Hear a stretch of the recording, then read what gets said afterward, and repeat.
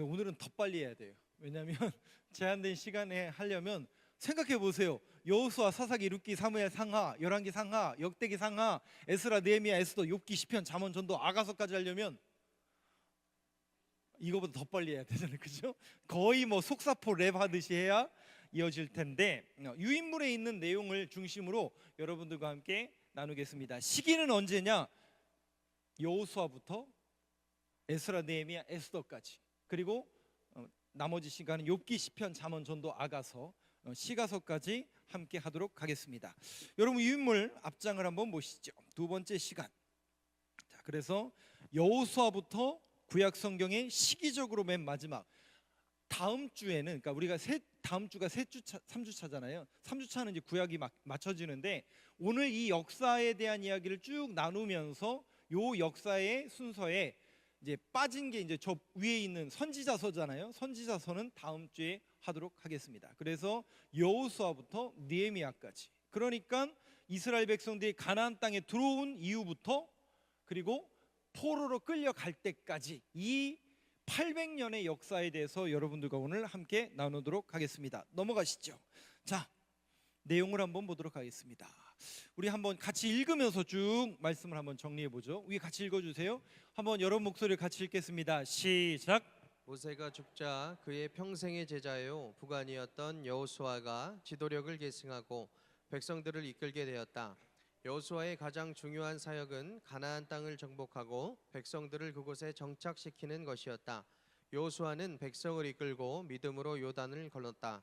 여호수아는 군사들을 이끌고 먼저 남쪽 지역을 정복하고 그 후 북쪽 지역을 정복하게 된다. 저희가 여호수아서 강해를 계속했기 때문에 여호수아 말씀은 여러분들이 너무나 잘 아시겠죠? 모세가 죽고 나서, 그러니까 지난주에 우리가 창세기, 출애굽기, 레위기, 민수기, 신명기, 그죠? 기억나시죠? 5개의 말씀을 함께 나눴고 이후에 여호수아가 이제 모세로부터 이어받아서 백성들을 이끌게 되었고, 여호수아가 가장 중요한 사역은 가나안 땅을 정복하고 백성들을 그곳에 정착시키는 것이었죠. 여호수아는 백성을 이끌고 믿음으로 요단강을 건넜으며 여호수아는 군사들을 이끌고 먼저 남쪽 지역, 우리 기억나세요? 혹시 여리고성, 그죠? 여리고성, 아이성, 기브온 족속들, 또 주변에 있는 나라들을 정복하는 그 정복 전쟁을 하게 됩니다. 넘어가시죠. 자, 같이 한번 읽겠습니다. 시작. 그리고는 정복한 땅을 하나님 앞에 제비 뽑아 12지파에게 분배한다. 백성들은 자신들의 몫으로 주어진 땅에 정착하게 된다. 여호수아가 죽고 그와 함께하던 백성의 지도자들이 죽고 나서는 하나님을 알지도 하나님께서 이스라엘에게 행하셨던 일도 알지 못하는 새 세대가 그 땅의 주인이 되었다. 이스라엘 백성들이 하나님을 등지자 그들의 삶은 영적 도덕적 타락 속으로 치달았다. 네, 이거는 잠깐 설명이 조금 필요할 것 같습니다. 이제 여호수아서 다음이 뭐죠? 여호수아서 다음 사사기잖아요. 사사기. 여호수아서 다음에 사사기를 이야기합니다. 정복한 땅을 하나님 앞에 제비 뽑아 12지파에게 분배하죠. 백성들은 자기의 몫으로 주어진 땅에 정착하게 됩니다. 여호수아가 죽고 나서 그와 함께하던 백성들의 지도자들이 죽고, 그러면 여호수아가 죽었다라는 것은 출애굽 세대가 다 죽었다는 얘기죠. 그렇죠? 그리고 출애굽의 2세대, 3세대, 그 다음 세대들이 하나님을 알고 하나님께서 행하신 일을 알아야 되는데, 사사기 1장과 2장에 보면 하나님이 누구신지도 모르고 하나님이 어떤 일을 행하셨는지 모르는 다음 세대예요. 다른 세대예요. 다른 세대. 왜 다른 세대가 됐다고요? 하나님을 모르는 다른 세대. 하나님을 알지도 하나님께서 이스라엘 행하셨던 일도 알지 못하는 새로운 세대가 아니라 다른 세대가 나타난 거죠. 그 땅의 주인이 됐습니다. 이스라엘 백성들이 하나님을 등지자 다른 세대이다 보니까, 이 다른 세대다 보니까 하나님을 알지 못하고 결국 하나님을 등지자 그들의 삶은 영적 도덕적 타락 속으로 치닫게 됩니다. 이게 사사기의 역사였죠. 넘어가시죠. 그래서 사사시대가 어떤 시대였는가 한번 같이 읽어보겠습니다. 시작. 하나님은 이들 주위의 나라들을 도구로 사용하셔서 타락한 이스라엘을 징계하셨다. 약탈자들의 숱한 압제와 탈취를 당하면서 이들은 하나님을 섬기는 것이 얼마나 행복한 것인지를 깨닫고 하나님께 회개하고 돌아선다. 그러면 하나님께서는 사사들을 세워 이들을 구원하시고 다스리게 하신다. 이런 악순환은 7번이나 되풀이된다. 그 시대를 한마디로 요약하면 각각 그 소견에 오른 대로 행하는 네, 시대였다. 사사 시대 12명의 사사를 통해서 하나님께서 이스라엘 백성들을 구원하고 그들을 다시 세우시는데 그 시대가 어떤 시대였냐면 악한 시대, 악순환이 7번이나 되풀이되는 시대였대요. 그래서 그 시대를 한마디로 요약하면 무슨 시대였다고요? 그래서 사사기의 맨 마지막에 보면 그때에 이스라엘에 뭐가 없으므로?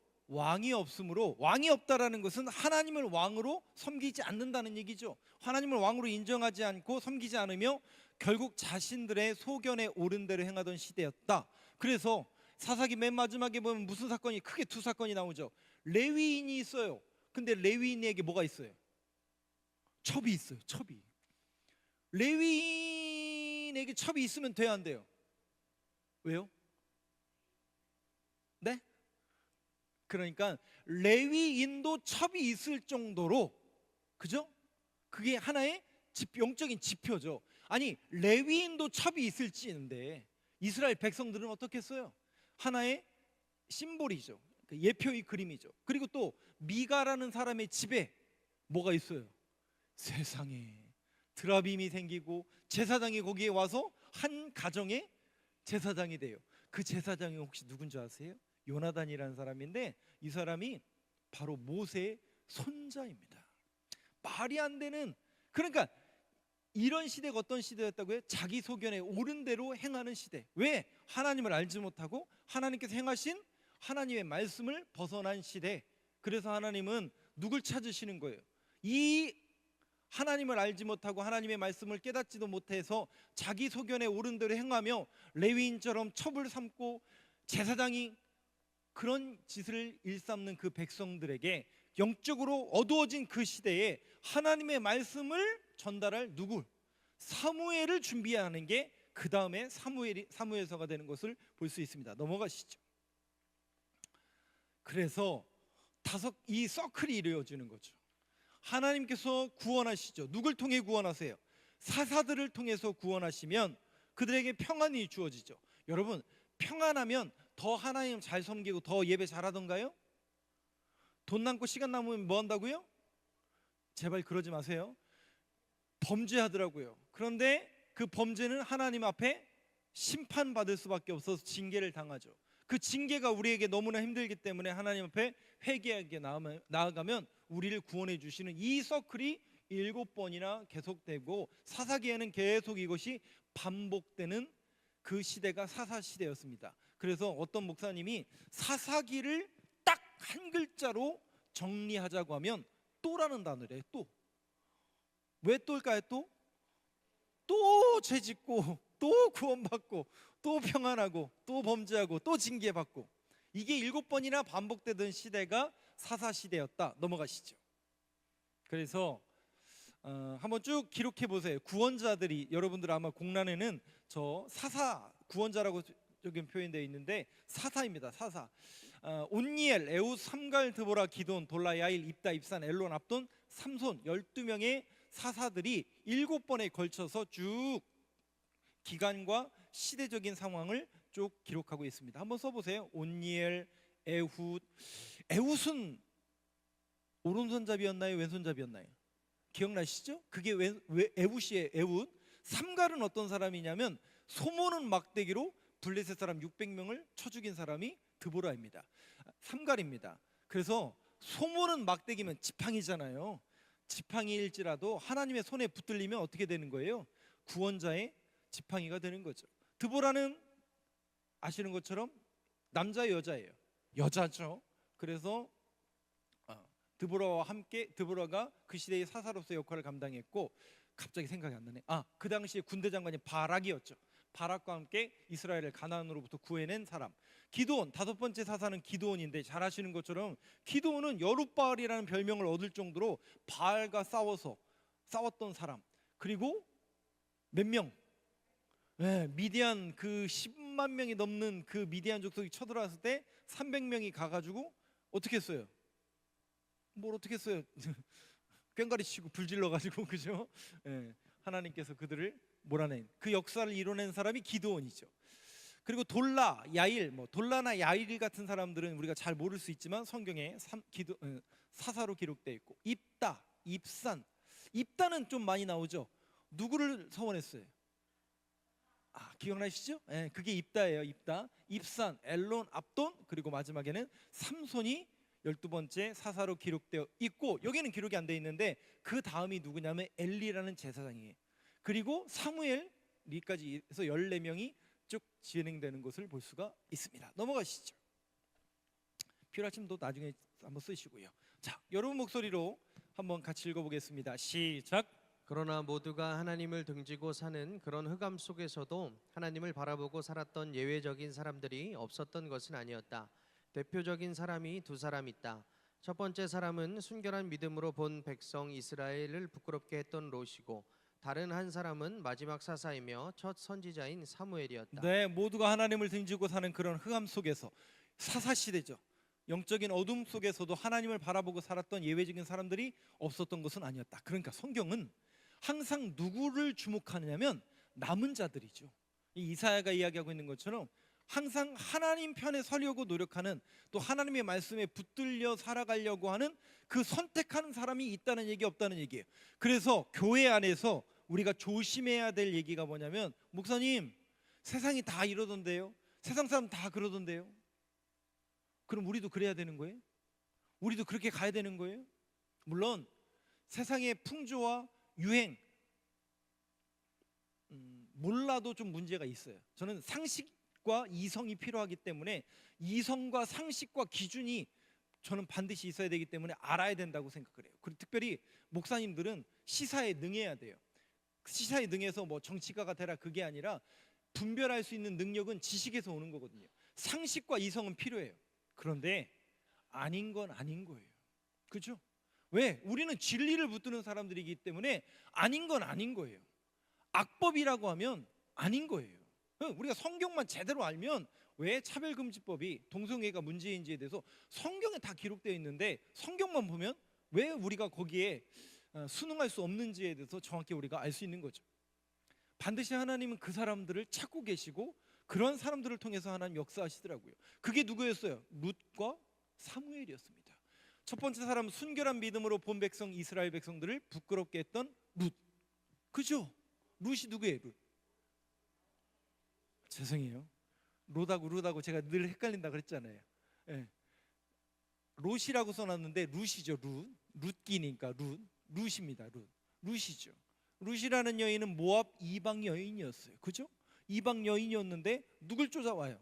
시어머니 나오미를 쫓아와서 이스라엘 백성들에게 유명한 그 신앙 고백을 날리죠.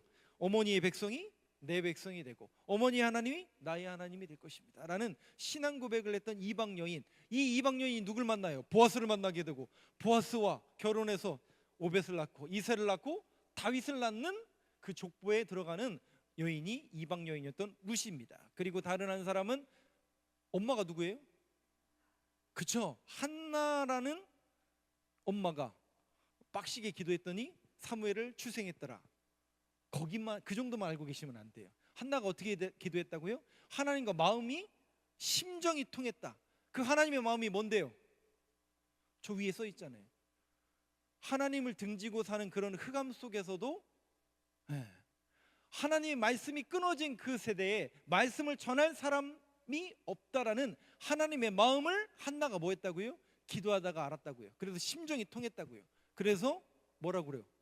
내게 아들 주시면 그 아들을 하나님 앞에 말씀을 전하는 사람으로 바치겠다. 그렇게 서원해서 준비된 사람이 바로 사무엘이었습니다. 넘어가시죠. 그러면서 이제 여호수아, 사사기, 룻기, 이제 사무엘 상하로 이어져 가는 겁니다. 사무엘 상하 열왕기까지는 세 명의 왕에 대한 이야기를 합니다. 사무엘 상하, 사울 왕, 다윗 왕, 솔로몬 왕. 연도는 통치 연도는 40년, 40년, 40년. 1550년, 1010년, 970년에 이제 이어봤는데 40년씩 통치를 하는 게 사울, 다윗, 솔로몬입니다. 사울 때는 그 시대를 소동하는 왕국이라고 표현했고, 또 다윗 때는 승리하는 왕국으로 표현했고, 솔로몬 때는 부요한 왕국으로 표현했습니다. 그런데 문제는 뭐냐면 하나님을 향해 뭐 했다고요? 사울 왕은 무심했다. 마음이 무심했다. 다윗은 어땠다고요? 하나님을 향해서 전심으로 하나님을 향했다. 솔로몬은요? 반심. 예. 반은 하나님을 섬기는 것처럼 보이지만 반은 세상에 다리를 두고 있는 반심이었습니다. 사무엘 상하 11개에 이 말씀이 기록되어 있습니다. 넘어가시죠. 이제 내용을 조금 보도록 하겠습니다. 무심, 전심, 반심. 누구의 얘기예요? 사울, 다윗, 솔로몬. 이 정도만은 기억해 주세요. 예. 뭐 몇 년도에 뭐 했나 이거 말고요. 넘어가시죠. 사무엘이 첫 왕.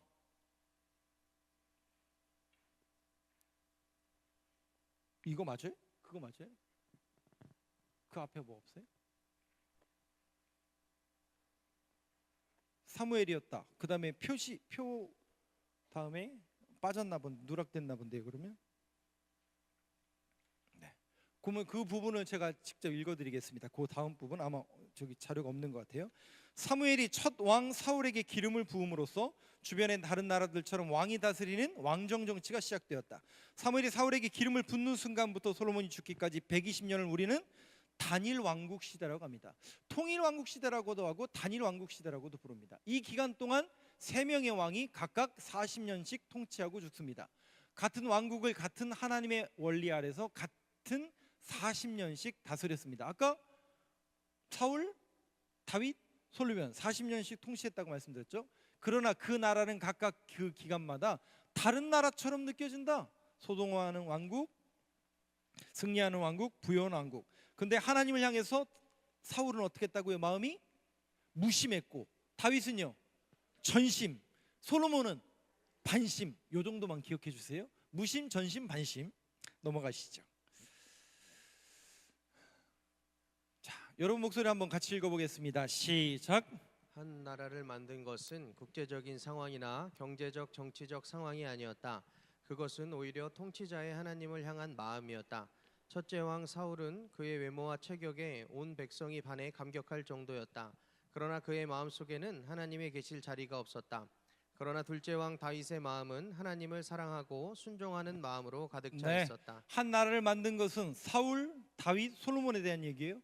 한 나라를 만든 것은 국제적인 상황이나 경제적인 정치적 상황이 아니었다. 그것은 오히려 통치자의 하나님을 향한 뭐였다고요? 옆에다가 사무엘상 16장 7절을 한번 써놓으세요. 사무엘상 16장 7절에 보면은 하나님은 사람은 외모를 보거니와 하나님은 뭐를 본다고요? 중심을 보느니라. 기억나시죠? 그 메시지입니다. 하나님은 우리를 향한, 하나님을 향한 마음을 보신다는 거죠. 그러니까 우리가 이렇게 예배드리러 앉아서 이렇게 있지만 하나님이 뭘 보시는 거예요? 우리의 마음의 중심을 보신다는 거죠. 첫째 왕 사울은 그 외모와 체격에 온 백성이 반해 감격할 정도였습니다. 그러나 그의 마음속에는 하나님이 계실 자리가 없었다. 아까 뭐 했다고요? 하나님을 향해서 마음이 어땠다고요? 무심했다. 그러나 둘째 왕 다윗의 마음은 하나님을 사랑하고 순종하는 마음으로 가득 차 있었다. 하나님을 향한 마음이 전심이었다. 솔로몬은 반심이었다. 넘어가시죠. 네, 조금 길어서 여기는 제가 직접 읽어드릴게요. 밧세바 사건으로 극심한 다윗은 하나님 앞에 전심으로 나아갔지만 다윗도 밧세바 사건으로 극심한 번뇌와 책망 가운데 있을 때에도 그는 온전한 회개와 신뢰를 하나님께 바쳤다. 다윗이 대단한 거는 죄를 안 지어서 대단한 게 아니죠. 그죠? 믿음의 사람들이 대단한 것은, 아니 여러분 생각해서 보세요. 아브라함, 이삭, 야곱이 죄를 안 지어서 믿음의 사람입니까? 아니죠. 왜 다윗이 대단하냐면 온전한 회개와 신뢰를 하나님께 바쳤다. 신하가 와서, 나단 선지자가 와서 당신이 죄인입니다. 야, 어디서 네가 이랬나요? 다윗이? 아니죠. 낯을 벽을 향해 있고 하나님 앞에 회개했던 사람이 바로 다윗이었습니다. 그래서 그 다윗을 우리가 믿음의 사람이라고 여겨주는 거죠. 그는 전심으로 하나님을 섬깁니다. 세 번째 왕 솔로몬은요, 그야말로 용두삼이었다. 마음이 어땠다고요? 반심이라고 그랬잖아요. 처음에는 잘했어요. 그런데 문제가 뭐예요? 가면 갈수록 계속 그 마음이 하나님을 향하기보다는 세상과 여자들을 향합니다. 처음에 그의 마음은 하나님께 대한 전폭적인 신뢰와 겸손한 순종으로 가득하였다. 그러나 역사에 그 유례가 없는 지혜와 부와 명예, 그리고 1000명에 달하는 아내들은 그의 마음을 하나님께로부터 돌아서게 했다. 반심. 솔로몬의 모습입니다. 넘어가시죠. 이거 제가 잘못 만들었나 저거를? 남쪽에 위치한 그건데 순서가 밑에 있나요? 예, 한번 여러분 목소리를 같이 읽어보겠습니다. 시작.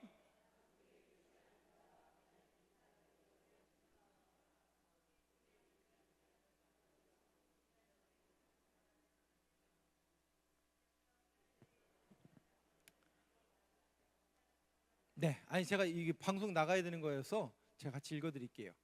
한번 저하고 같이 읽어보겠습니다. 시작. 솔로몬이 죽자 하나님의 말씀 그대로 나라는 둘로 나뉘어졌다. 남쪽에 위치한 유다와 베냐민 지파로 이루어진 유다 왕국과 북쪽에 위치한 열 지파로 이루어진 북이스라엘 왕국 두 나라로 분열된 것이다. 이때부터 400년간의 분열 왕국 시대가 시작된다.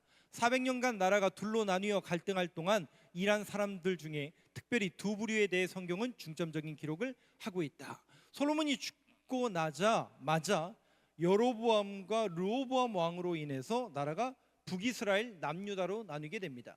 남쪽은 남유다 왕국이죠. 두 개 지파, 유다 지파와 베냐민 지파. 북쪽은요, 10개 지파를, 에브라임 지파를 필두로 한 10개 지파가 북이스라엘이 됩니다. 이때부터 약 400년간의 분열 왕국 시대가 시작됩니다. 이 400년간 나라가 둘로 나뉘어 갈등할 동안 일한 사람들 중에 특별히 두 부류에 대해 성경은 중점적인 기록을 하고 있는데 왕과 선지자입니다. 넘어가시죠. 한번 첫째 부류는 그거 없어졌네요. 네, 순서가 저기 바뀌었나 본데요. 첫째 부류는 여기부터 해야 되는데 확인을 잘 안 해가지고 틀렸던 것 같습니다. 첫째 부류는 누구였다고요? 왕들이다. 남쪽 왕국은 다윗의 후손으로 이루어진 단일 왕조로서 20명의 왕들이 다스렸습니다. 북쪽의 왕국은 여러 왕조가 바뀌면서 19명의 왕이 나라를 다스렸습니다. 그러나 남쪽 왕국 유다에는 하나님 보시기에 선한 왕이 적어도 몇 명이라고요? 8명 다 기억 안 하셔도 몇 명은 기억하시라고요? 어떻게 하셨어요? 3명 기억나세요? 네?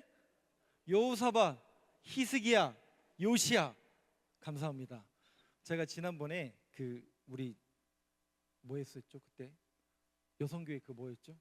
개사케를 했잖아요. 개사케 할 때 제가 우리 성도님들한테 설교하는 것처럼 똑같이 이렇게 했더니 끝나고 나서 우리 목사님들이 저한테 물어보더라고요.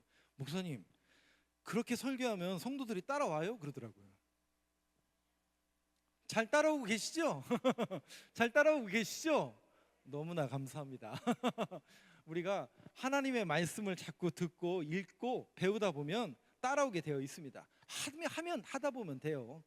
적어도 3명은 기억하시라고 했잖아요. 20명 중에 르호보암부터 시드기야까지 남유다 북 19명은 외울 필요가 없다고 그랬잖아요. 왜? 아합을 필두로 해서 그냥 다 악한 왕인데 남쪽에 르호보암부터 시드기야까지 20명의 왕 중에 적어도 여호사밧, 히스기야, 요시야, 우리가 선한 왕의 대명사이고 계속 성경의 가장 많은 부분을 할애하고 있기 때문에 그렇습니다.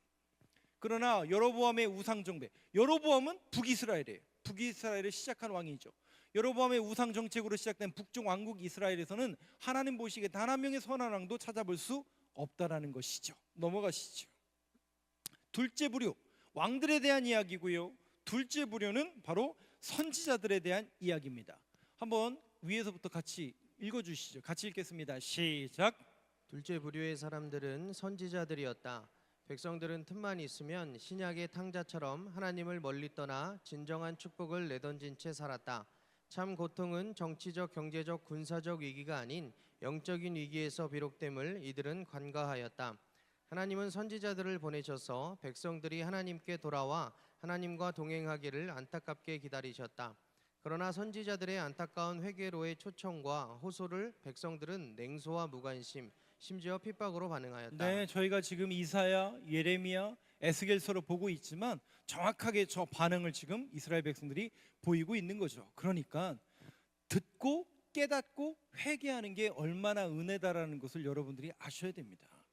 회개하지 못하고 깨닫지 못하고 듣지 못하면 결국 우리도 하나님의 심판을 벗어날 수 없다라는 것이죠. 그 내용 볼까요? 결국 그래서 하나님이 어떻게 하시는 거예요? 북이스라엘 아수르를 멸망시키고, 아수르를 통해서 멸망시키고, 남유다는 바벨론을 도구로 사용하셔서 멸망시키는 겁니다. 결국 여기 이 부분 넘겨주시죠. 저하고 같이 읽어보겠습니다. 시작. 결국 BC 722년 아수르는 북왕국 이스라엘을 멸망시켰다. 이들은 잔혹하게 사람들을 죽이고 의식 없는 소수를 제외한 모든 백성을 제국 전체로 흩어버렸다. 그런 끔찍한 역사를 보고도 남쪽 왕국 유다 백성들은 별로 교훈을 받지 못하였다. BC 586년 바벨론의 느부갓네살 왕은 예루살렘을 파괴하고 유다 백성들을 포로로 끌고 갔다. 백성들이 그토록 의지했던 하나님의 성전은 무참히 파괴되고 말았습니다. 이런 비운을 결국 겪고 말았다는 거죠. 아수르, 북이스라엘은 722년에 아수르의 멸망. 아수르라는 나라가 우리 세계사 시간에 아시리아죠. 그리고 바벨론은 바벨로니아가 되겠죠. 하나님께서 아수르를 통해서 북이스라엘을 멸망시키고 586년에 바벨론의 느부갓네살 왕을 통해서 남유다를 칩니다. 그러니까 제가 저거라고 생각해요. 오늘 핵심 키워드는 저는 저거라고 생각해요. 저 중간에 보면 그런 끔찍한 역사를 보고도 남쪽 왕국 유다 백성들은 별로 교훈을 받지 못하였다. 저는 역사를 전공한 사람이고 또 역사를 여러분들한테 가르치는 사람 입장에서 결국 인간의 역사라는 것은 반복이 됩니까 안 됩니까? 역사를 공부하는 이유는 다른 게 아니에요. 결국 인간의 정체성과 인간의 모든 문제는 계속 반복되더라는 거예요. 계속 반복돼요. 제가 내년도 교회 목회 테마를 오늘 뭐 끝나고 기획위원들한테 제가 내년도 목회 계획에 대해서 보여드리겠지만, 내년도 제 개인적인 설교에 대한 테마는, 또 말씀에 대한 그 테마는 하나님의 역사입니다. 역사라는 그 영어 단어가 히스토리잖아요. 그의 이야기인데 결국 하나님의 이야기거든요. 아니 목사님, 하나님의 이야기가 아니라 역사라는 것은 결국 인간들의 역사 아닙니까? 인간들의 삶의 걸음걸음 아닙니까? 맞아요. 근데 우리는 그 인간들의 걸음걸음 속에 누가 개입하시고, 하나님이 개입하시고, 하나님이 주권자가 되시고, 하나님께서 이 모든 역사를 이끌어 가시는 주권자다라는 그 신앙 고백을 갖고 있는 사람들인 거예요. 그래서 역사를 공부하면서 역사를 통해서 우리가 다시 한번 뉘우치고 회개해야 될 것이 무엇인가? 성경을 통해서 우리가 계속 듣잖아요. 하나님의 역사는 어떻게 이루어지고 어떻게 일하고 있는지를 여러분들이 눈으로 목도하면서 함께 또 하나님의 역사를 나누기를 원하는 그런 마음을 갖고 내년도에 그렇게 말씀을 전하려고 하는데요. 정확합니다. 그런 끔찍한 역사를 보고도 남쪽 왕국 유다 백성들은 별로 교훈을 받지 못하였다. 하나님의 말씀을 우리가 읽고 듣는데도 회개하지 못하고 그 말씀에 교훈을 얻지 못한다면 이건 단순히 그냥 책에 불과합니다.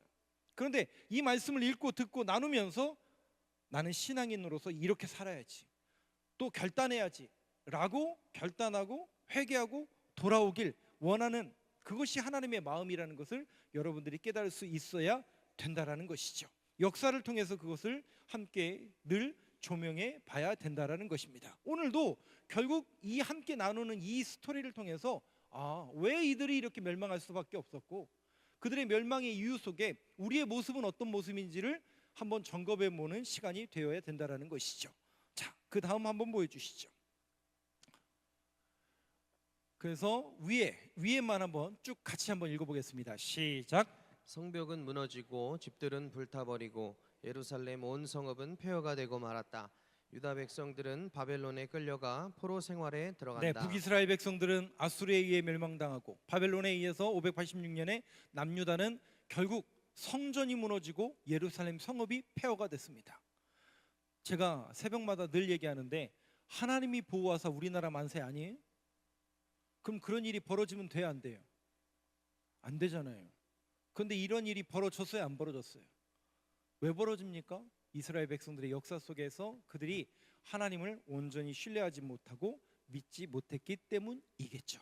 제가 그리고 남왕국과 북이스라엘에 대한 표를 여러분들한테 조금 옆으로 이렇게 되다 보니까 조금 헷갈릴 수 있는데 쭉 읽어드릴게요. 남왕국하고 북왕국, 이름은 유다 또 북이스라엘이 있죠. 첫 번째 왕은 누구였냐면 남왕국에서는 유다 왕국에서는 르호보암이 바로 솔로몬의 아들이에요. 여로보암은 솔로몬 시대에 군대를 이끌던 지휘관이었죠. 그 여로보암이 10개 지파를 통해서 북이스라엘을 창시합니다. 그리고 나머지 유다와 베냐민 2개 지파를 통해서 유다 왕국이 계속 지어가죠. 아마도 르호보암부터 시드기야까지 345년 동안 존속이 되었고, 북이스라엘은 여로보암부터 호세아까지 19명의 왕이 209년간 지속이 됩니다. 왕수는 유다는 20명, 북이스라엘은 19명이죠. 수도는 어디냐? 남유다는 예루살렘이고 바로 북이스라엘은 사마리아였습니다. 이 사마리아가 북이스라엘의 수도였다 보니까 북이스라엘이 722년에 멸망당하죠. 아수리에 의해서. 수도가 멸망당했을 거 아니에요. 근데 거기에 살던 사람들이 누구예요? 이스라엘 백성들이잖아요. 근데 그 이스라엘 백성들이 아수르의 정책에 의해서 많은 이들이 포로로 끌려가서 전 세계에 흩어져요. 그리고 거기 남아있는 사람들은 그냥 놔두는 게 아니라, 지들끼리 잘 먹고 잘 사는 게 아니라, 남아있는 사람들끼리 살게 하는 게 아니라 외부에 있는 이방인들을 다 데려다가 호남 민족으로 섞어버렸어요. 그래서 사마리아 성읍은 섞여버린 민족이라고 그래서 유다 사람들은 사마리아를 극혐했죠. 그래서 예수님 시대 때 사마리아 성을 어떻게 해요? 섞여버린 동네이기 때문에 통과할 수가 없어서 돌아가는 그런 구조와 비운을 맞게 되는 것이 북이스라엘의 역사입니다. 바벨론에 의해서 남유다는 멸망을 당하고요, 북이스라엘은 아수르에 의해서 멸망을 당합니다. 586년과 722, 마지막 왕은 시드기야와 호세아이었습니다. 넘어가시죠. 역사는 여기까지 다 정리가 된 거예요. 그러니까 여호수아, 사사기, 룻기, 사무엘 상하, 열왕기 상하, 역대기 상하, 에스라, 느헤미야, 에스더까지가 실상 에스라, 느헤미야, 에스더는 다음 주에 말씀을 드린다면 여호수아부터 역대기 상하까지의 역사, 이스라엘 백성들이 포로로 끌려가는 그 역사까지가, 이 800년의 역사까지가 여호수아서부터 역대기 상하까지인데, 이게 더 중요해요. 그 장에 있는 내용의 핵심 메시지가 뭔지가 더 중요하기 때문에 다시 한번 체크해 보시고 확인해 보시죠. 여호수아서 핵심어는 뭡니까? 정복과 정착. 그래서 여호수아서는 큰 그림으로 보면 가나안을 정복하는 이야기, 그리고 가나안은 정책에 정착하는 이야기가, 정복과 정착에 대한 이야기가 여호수아서입니다. 여호수아서의 메시지만 여러분 목소리로 같이 한번 읽어보겠습니다. 시작. 순종은 복으로 이끈다. 믿음은 순종으로 이끌고 순종은 복으로 이끈다. 그래서 제가 여호수아서의 키워드가 2개가 뭐였다고요? 이해가 되시죠? 믿음과 순종이었습니다. 사사기는요, 악순환이 몇 번 반복됐다고요? 몇 번이요? 7번. 구원, 평안, 구원을 받으면 평안해지고, 평안해지면 하나님 잘 섬기는 게 아니라 죄 짓고, 그 죄를 하나님께서 징계하시고, 그러면 그렇죠, 하나님 앞에 다시 회개하고, 또 구원하시고, 평안. 이것이 7번 악순환이 됩니다. 악순환의 고리, 그 악순환의 실내, 레위인 첩에 대한 이야기, 미가의 집에 드라빔이 있고 제사장이 오는 이야기, 그 얘기가 실예입니다. 사사기의 메시지만 여러분 한번 목소리를 같이 읽어보겠습니다. 시작. 죄는 언제나 고통으로 이끌지만 회개는 언제나 구원으로 이끈다. 죄는 언제나 고통으로 이끌지만 회개는 언제나 구원으로 이끈다. 룻기는 4장으로 되어 있는 짧은 책인데 핵심어를 충성이라고 했네요. 룻의 헌신, 또 룻의 보상인데, 충성된 삶에 대해 하나님은 보상하신다라는 그런 메시지를 담고 있는 것이 룻기입니다. 저는 룻기에 대해서 여러분들한테 자주 언급을 했기 때문에 여기는 요 정도만 넘어가겠습니다. 사무엘상과 사무엘하. 사무엘상은 사무엘과 사울에 대한 이야기입니다. 사울왕의 마음이 뭐였다고요? 무심이었죠. 하나님 앞에 무심이었다. 하나님 앞에 무심했다라는 그 증거의 사건이 혹시 기억나는 거 있으세요? 이 사울왕이 하나님 앞에 무심한 사건. 사무엘이 죽고 나서 전쟁에 나가야 되는데 어떻게 해요? 전쟁에 나가야 되는데 어떻게 해요? 그래서 사무엘이 죽었는데 귀신을 불러내는 그 점쟁이한테 가서 어떻게 해요? 사무엘의 혼령을 불러내는 사건이 있잖아요. 진짜 말도 안 되는 이야기가 벌어지잖아요. 그러니까 사울은 하나님하고 아무 상관없어요. 말씀 아무 상관없어요. 그냥 필요할 때 막 쓱쓱 문질러서, 왜? 자기 지금 전쟁에 나가야 되는데, 전쟁에 나가려면 나가기 전에 제사를 드려야 되는데 제사장이 없는 거예요. 그러니까 어떻게 해요? 그러니까 하나님이 뭐가 되는 거예요? 쓱쓱 문지르면 뿅 하고 나타나야 되는 알라딘의 램프처럼, 그 나타나서 우리를 구원해 주면 하나님이고 안 구원해 주면 하나님이고, 그런 거예요? 아니죠. 하나님하고 아무런 상관이 없는 그의 마음, 무심이었습니다. 그래서 메시지는 뭔지 사무엘상의 메시지만 한번 같이 읽어보겠습니다. 시작. 하나님은 세우기도 하시고 폐하기도 하시는 주권적 통치자이시다. 하나님은 결국 사울 왕을 세우셨지만 패하기도 하시는 주권적인 통치자시라는 거죠. 히스토리라고 했잖아요. 사람이 이어가는 스토리처럼 보이지만 결국 이 모든 주권은 하나님께 있다라는 것이죠. 사무엘 하는 다윗에 대한 이야기입니다. 그 다윗이 어떤 사람이었냐? 전심으로 하나님을 향한 사람이었죠. 다윗의 엄청난 성공, 범죄, 실패의 역사가 사무엘 하에 담겨져 있습니다. 메시지만 한번 같이 읽어보겠습니다. 순종은 하나님의 복으로 이끌고 불순종은 하나님의 심판으로 이끈다. 네, 순종은 하나님의 복으로 이끌고 불순종은 하나님의 심판으로 이끈다. 넘어가시죠. 열왕기 상하에 대한 메시지입니다. 열왕기 상하. 자, 열왕기 상에 대한 것은, 열왕이라는 것은 10명의 왕이라는 얘기가 아닌 거 아시죠? 이거 어떤 친구한테 물어봤다, 옛날 청소년부한테 물어봤더니 왕이 10명이었나요? 질문하던데, 10명의 왕이라는 얘기가 아니라 여러 명의 왕인데, 여러 명의 왕에 대한 이야기, 솔로몬에 대한 이야기가 열왕기 상에 대한 이야기입니다. 그래서 솔로몬이 마음이 어땠다고요? 사울은 무심, 다윗은 전심, 솔로몬은 반심. 그래서 통일왕국, 단일왕국이라고 해도 되고 통일왕국이라고 해도 됩니다. 솔로몬의 통치, 그리고 솔로몬 이후에 여로보암과 르호보암에 의해서 북이스라엘 남유다로 나라가 나뉘게 됩니다. 분열왕국이 되고 왕들이 통치하게 됩니다. 열왕기 상의 메시지만 여러분 목소리로 같이 읽어보겠습니다. 시작. 하나님을 향하여 나뉜 마음은 나라를 나뉘게 한다. 결국 하나님을 향한 나뉜 마음이 나라를 북이스라엘과 남유다로 나누게 하는 그 메시지를 전달해주고 있다라는 것이죠. 이것이 열왕기 상의 메시지라면, 열왕기 하의 메시지는 결국 그들이 멸망하여 포로로 끌려가는 그런 모습입니다. 북이스라엘은 여기서 말하는 이스라엘의 멸망은 북이스라엘 말하는 거고, 아수르에 의해 멸망당하고, 남유다는 바벨론에 의해서 포로로 끌려가는 현실을 맞게 되는 거죠. 그래서 열왕기 하의 메시지는 민족의 영적 상태는 정치적, 경제적 상태를 결정한다. 그 시대가 선지자를 통해서 계속 메시지를 전했는데 들었다고요, 안 들었다고요?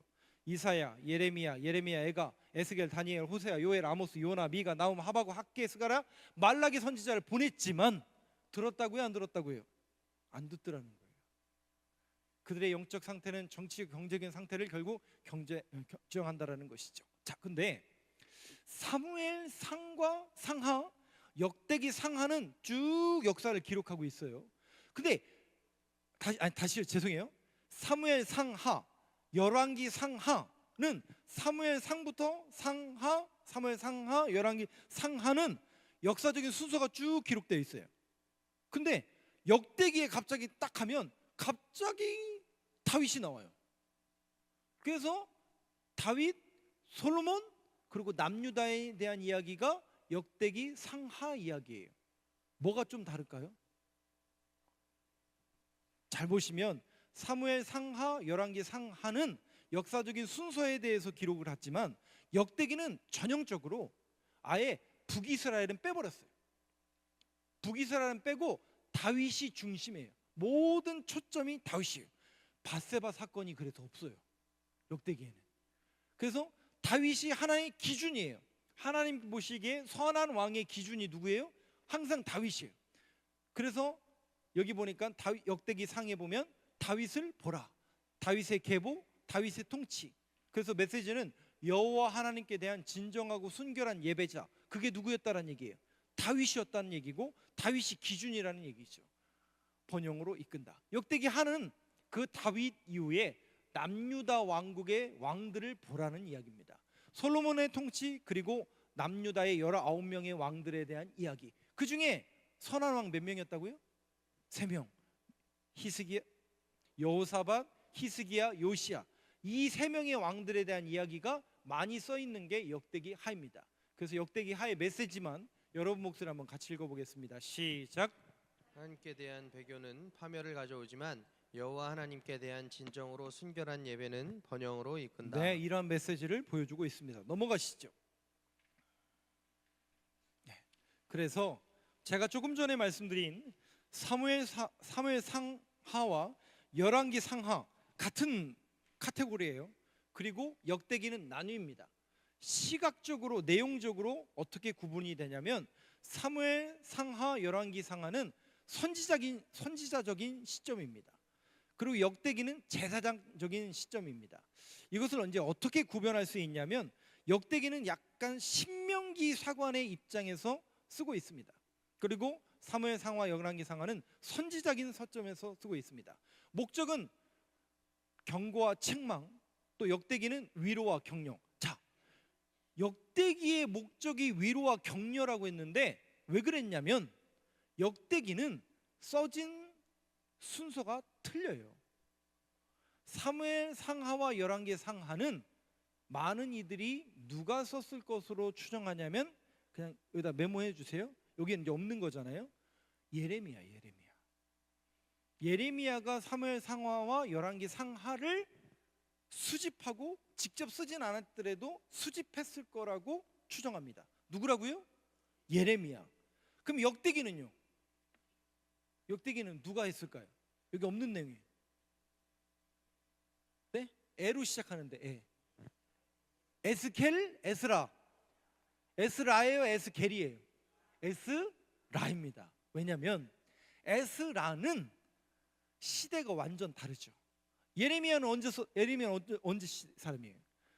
남유다가 멸망할 때쯤에 아하, 우리가 왜 이렇게 멸망할 수밖에 없는가를 생각해 보니 선지자적인 시점에서 이 백성들을 경고하고 책망하며 그 예레미야의 관심은 하나님께서 세우신 그 왕들에게 있었는데, 그래서 역사와 문체에 있어서도 역사적인 사실을 기반으로 예레미야가 쓴 거예요. 그래서 이렇게 하면 안 돼. 너희들 신앙생활 그렇게 하면 안 돼. 우리는 하나님의 백성이야. 우리는 결국 하나님의 심판을 맞이할 수밖에 없어 라는 경고와 책망의 메시지가 사무엘상 열왕기 상하의 주된 내용이라면 역대기는 달라요. 이미 멸망했어요. 이미 멸망했어요. 멸망해서 포로로 끌려간 거예요. 포로로 끌려가면 끝난 거 아니에요? 나라가 멸망했는데. 여러분, 나라의 3대 요소가 뭐예요? 3대 요건. 사회 시간 안 배우셨어요? 국민 영토 주권이잖아요. 근데 국민이 어디 있어요? 국민만 있는 거잖아요. 영토 주권은 다 뺏겼잖아요. 그죠? 우리는 일제시대 때 주권을 뺏겼지만 영토는 있었잖아요. 근데 얘네는 아예 끌려간 거예요. 저 머나먼 1500km 떨어진 바벨론으로 포로로 끌려가 있는 거예요. 그러면 나라가 사라진 거 아니에요? 근데 그때 에스라가, 에스겔, 다니엘이 하나님의 사람들을 불러 모으는 거예요. 아니야, 우리는 하나님의 사람들이야. 우리는 하나님의 사람으로서 영적인 하나님의 백성이야. 반드시 하나님이 예레미야 입을 통해서 뭐라고 얘기했어요? 70년 후에 돌아갈 것이다. 그 약속의 말씀을 붙들자. 그래서 그들에게 제사장적인 시점에서 에스라가 위로와 격려하며 성전으로 돌아가자. 영적인 역사와 역사 해설적인 기술로 아마도 에스라가 역대기 상하를 썼을 것으로 추정을 합니다. 그러니까 내용이 다르다라는 것을 여러분들이 알고 읽으시라고 말씀을 드리는 겁니다. 마지막으로 욥기, 시편, 잠언, 전도, 아가서를 정리하고 마무리하도록 하겠습니다. 쓸 거 별로 없을 텐데요. 내용이 조금 메시지가 좀 짧은데 우리 욥기, 시편, 잠언, 전도, 아가서는 여러분들이 잘 아시잖아요. 이거는 이제 역사가 아니라 보통 시가서라고도 하고 지혜서라고도 하죠. 욥기의 핵심어는 주권, 하나님의 주권입니다. 하나님은 패하시기도 하고 세우시기도 하시는, 그리고 하나님의 모든 주권 속에 인간의 역사가 있다. 욥의 고난에 대한 인간의 지혜, 고난에 대한 하나님의 지혜가 담겨져 있는 것이 욥기의 큰 그림이죠. 그러면 욥기의 메시지는 뭔데요? 한번 여러분 목소리로 같이 읽어보겠습니다. 시작. 하나님의 자녀들은 고난을 받을 때 절대 주권자이신 하나님의 선하심과 능력을 신뢰해야 한다. 네, 이런 메시지가 담겨져 있는 것이 욥기입니다. 욥기는요, 역사적으로 여러분들이 읽으시려면 도저히 이해가 안 되는 내용이에요. 욥기는 우리가 지금 한글로 번역해놨고 1장, 2장, 3장, 4장, 5장 이렇게 나눠놨잖아요. 우리가 이거 임의로 나누는 거예요. 읽기 편하게. 욥기는 원래 시예요. 이해를 못 하시나요?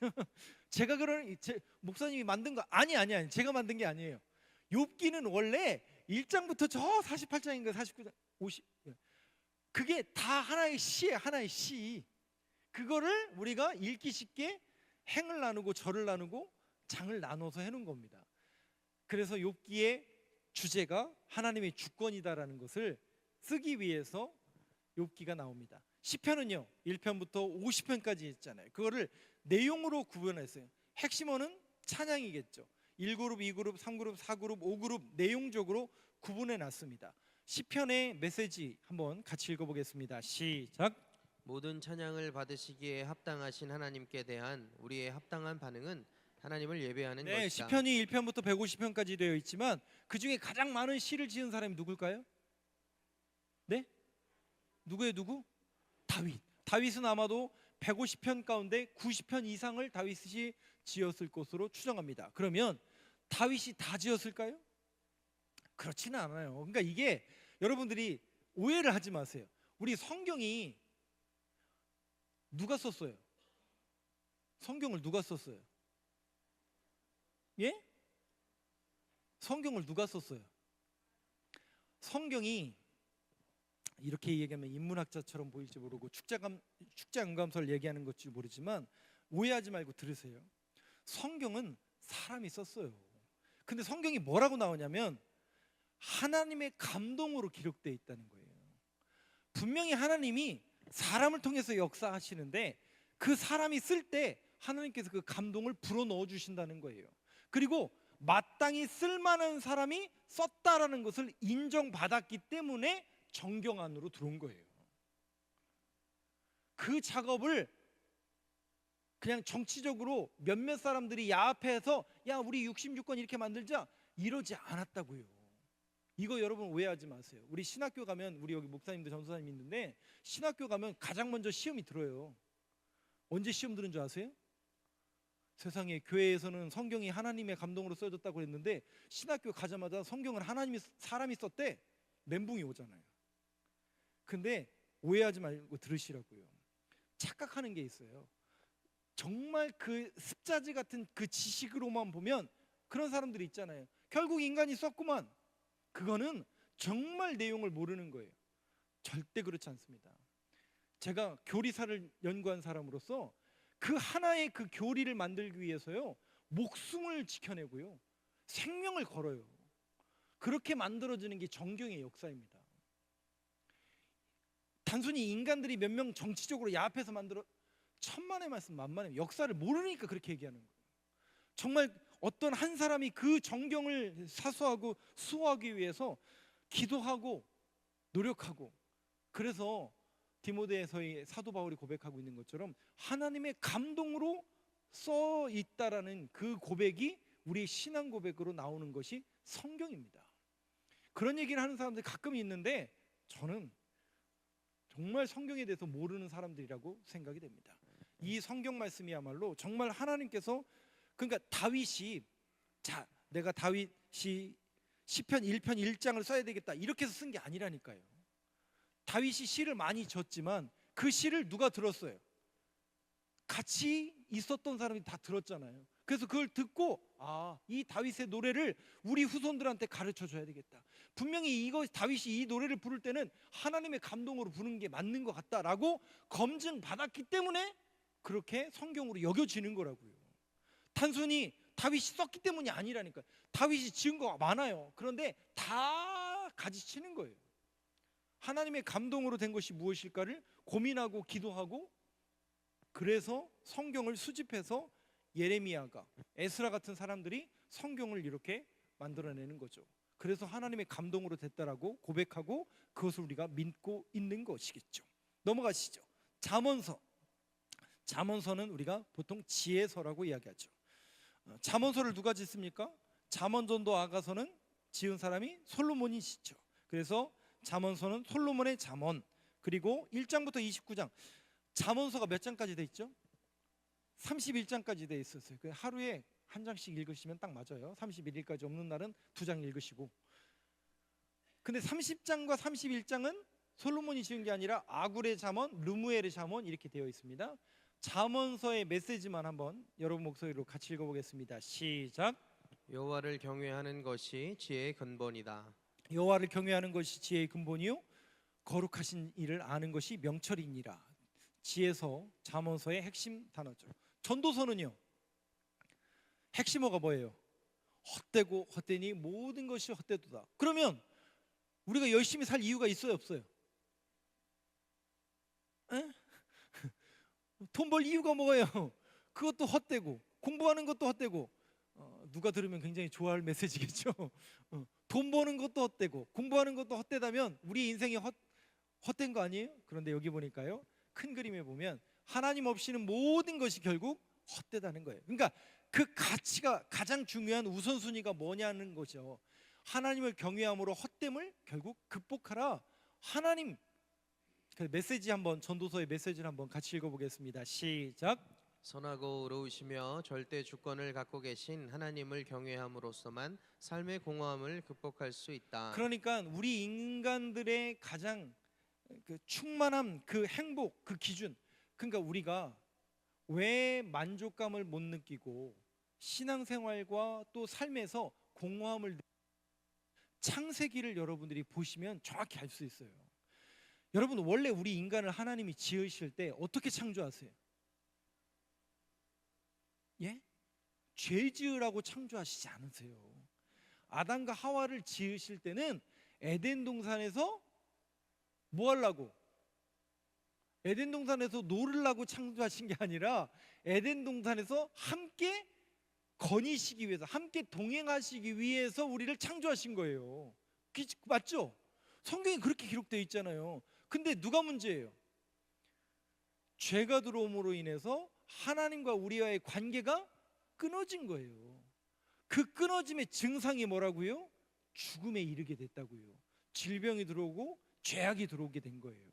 그러니까 결국은 성경에서 말하는 그 우리의 만족, 욕심, 그 모든 것들은 실상은 죄의 증상이에요. 그러니까 결국 우리가 이 모든 공허함의 초점과 그 원리는 하나님으로부터 분리되었기 때문에 일어난 증상이라고요. 그거를 하나님은 좌시하실 수 없어서, 왜? 사랑의 하나님이시기 때문에 우리를 구원하기 위해서 만나길 애쓰고 계시다고요. 제발 하나님의 마음을 알아주시기 바랍니다. 이게 성경에 나와 있는 내용이에요. 마지막으로 아가서 한번 보겠습니다. 아가서는 누가 지었어요?